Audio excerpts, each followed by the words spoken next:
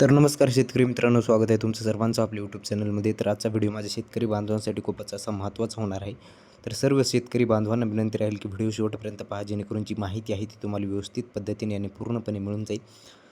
तर जेवढे काही शेतकरी आपल्या राज्यामध्ये इच्छुक असतील कर्ज घेण्यासाठी, आपल्या जे पीक कर्ज असतं ते घेण्यासाठी जेवढे काही शेतकरी इच्छुक असतील, तर सर्व शेतकऱ्यांना कर्ज मिळणार आहे. लक्षात घ्या, कुठलीही अडचण येणार नाही आहे, असे या ठिकाणी मुख्यमंत्र्यांनी सांगितलेले आहे. आणि पूर्ण आर्टिकल आहे, मी तुम्हाला पूर्ण वाचून दाखवणार आहे, समजून सांगणार आहे. तुम्ही लक्ष देऊन ऐकायचं आहे, जेणेकरून जी माहिती आहे ती तुम्हाला व्यवस्थित पद्धतीने तुमच्यापर्यंत पोहोचवेल. लक्षात घ्या, खूप अशी सोशल मीडियावरती अफवा वगैरे पसरत असतात. अशा अफवांना बळी पडू नका.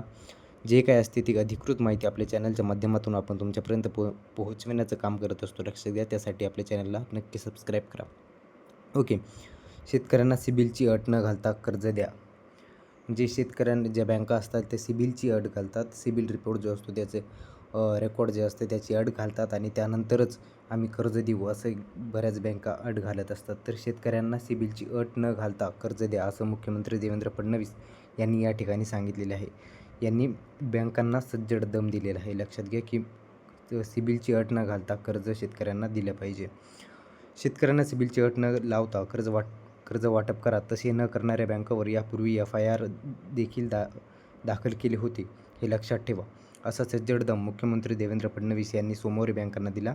2025-26मध्ये 44.76 लाख कोटी रुपयांचा कर्ज पतपुरवठा आराखड्यास मुख्यमंत्र्यांच्या अध्यक्षतेखाली राज्यस्तरीय बँकर्स समितीच्या बैठकीत मंजुरी देण्यात आलेली आहे. लक्षात घ्या, 2025-26साठी 44.76 लाख कोटी रुपयांचा कर्ज पतपुरवठा आराखड्यास मुख्यमंत्र्यांच्या अध्यक्षतेखाली मंजुरी देण्यात आलेली आहे. लक्षात घ्या, सिबिल म्हणजे कर्ज परतफेडीचे मानांकन असते. हे मानांकन जास्त असेल म्हणजे कर्ज परतफेडीची क्षमता अधिक असेल तरच बँका शेतकऱ्यांना कृषी कर्ज वाटप करतात. ह्याचे जर कर्ज परतफेडीची क्षमता अधिक असेल तरच शेतकऱ्यांच्या बँका जे आहेत ते शेतकऱ्यांना कृषी कर्ज वाटप करत असतात. लक्षात घ्या, अन्यथा अडवणूक करतात. अशात अनेक तक्रारी आहेत. फडणवीस यांनी या अडवणुकीच्या बैठकीत गंभीर दखल घेतली. ते म्हणाले की सिबिल अहवाल मागू नका असे वारंवार सांगितले तरी ते मागितलेच जाते. त्यावर आजच्या बैठकीत तातडीने तोडगा काढा.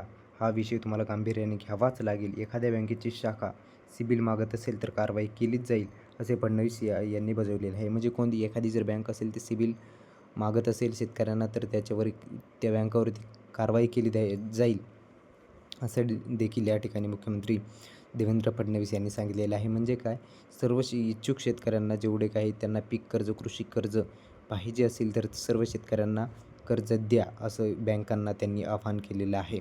ओके. उपमुख्यमंत्री एकनाथ शिंदे म्हणाले की कृषी कर्ज पाठपुरवठ्याचा विषय बँकांनी गांभीर्याने घ्यावा, तसेच कर्ज पाठपुरवठ्याचे 100% उद्दिष्ट पूर्ण करावे.